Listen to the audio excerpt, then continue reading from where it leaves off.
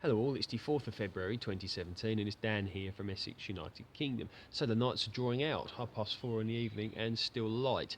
Can enable one to get more done and it can be uplifting for one's mood. So that's a great thing. So the video that I uploaded yesterday where I discussed the shortage of iceberg lettuce, I believe courgettes and maybe peppers in the UK caused by freakish weather conditions in the Mediterranean. I believe that Spain and Italy have experienced some rather cold weather and it has affected supply of these vegetables into the UK, and broccoli as well was also mentioned. And this is bringing it to people's attention just how important that food can be, because we all take it for granted. We go down the supermarket or whatever and you can just buy what you want, but certain supermarkets have rationed iceberg lettuce to 2 or 3 per customer. Now this sounds funny, and there's been a lot of tip of the iceberg jokes, ha ha ha, it can make you chuckle a little bit, but thinking about it,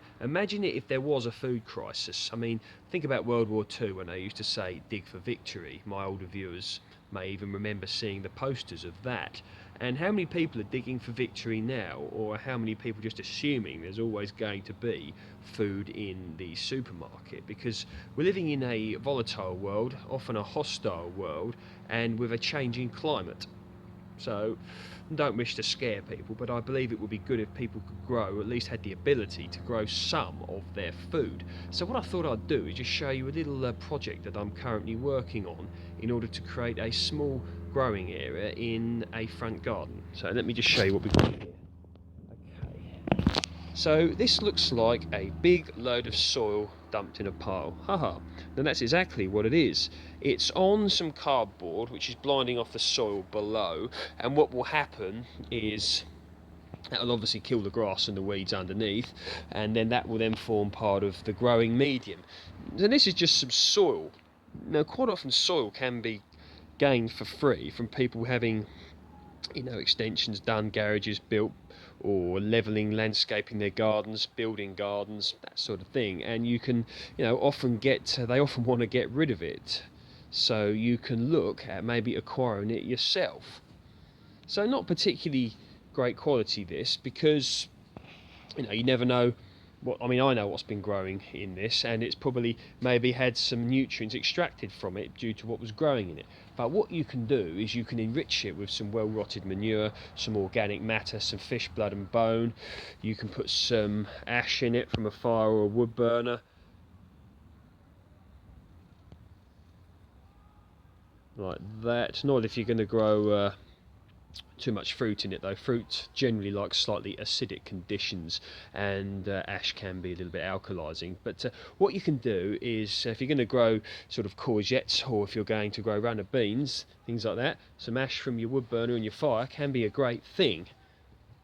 Or you could even just chuck some rotting vegetation on the top, a few bit of last year's sort of broccoli leaves, brassica leaves, and put them on there. Now this is a very small area. Of course it can be as big or as small as you want. What I'm probably going to do is, up to the fence here, going to sort of spread it out a little bit, put some more cardboard down here to blind it off, and then spread it. This is a dead sumac tree. You may remember a video that I uploaded showing off the chainsaw here taking this down, but of course that will indicate that the soil here could be a little bit nutrient depleted because of the big old tree that was here. So it's very important in order to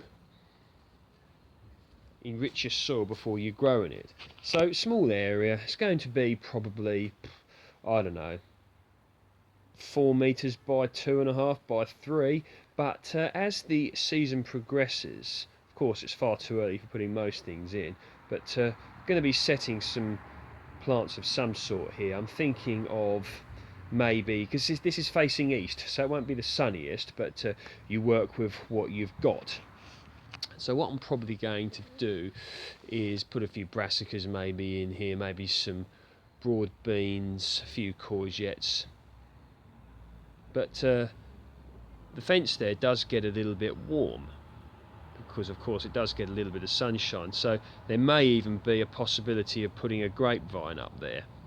who knows? But it's all food for thought, and plans do certainly develop, I find, as one starts. Maybe a few carrots and some onions, who knows? But this is going to be a little front yard allotment, if you want to call it that, a small area, and the purpose of this is A, to utilise some soil, and secondly, of course, to grow some homegrown veg and maybe some fruit. And the other thing is to show people just what can be done in, if one can is able to put the effort in and wants to. So many people might turn around and just dig it. Okay, now you see this, I've noticed this quite often at allotments. What people do is they'll take, say for example this was an allotment here, they'd take the first few inches of the soil off, including the grass, because that's what they do, and then they'll put it in a pile, and then they will just leave it. So thinking about that, when you take the top layer of the soil off, because the top layer of the soil quite often can be the most nutritious, you're removing a lot of the nutrients. So if you're at an allotment and you see people doing that, just have a think, because what they'll do is they'll dig it up and then they'll chuck a load of artificial fertiliser on it, and then hope for the best.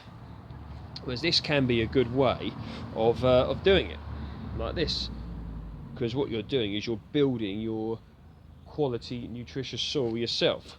So you start with your cardboard there, then you'll have your soil and well rotted manure, fish blood and bone, good quality compost, organic matter put on top.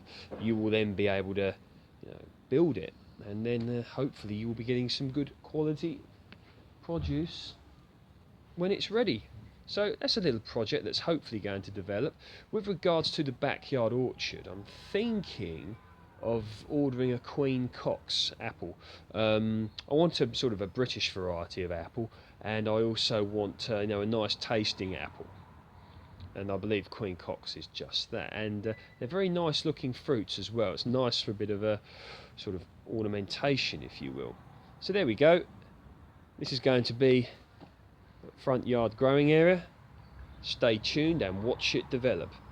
And once again, thanks for viewing my videos, all very much appreciated. Thank you.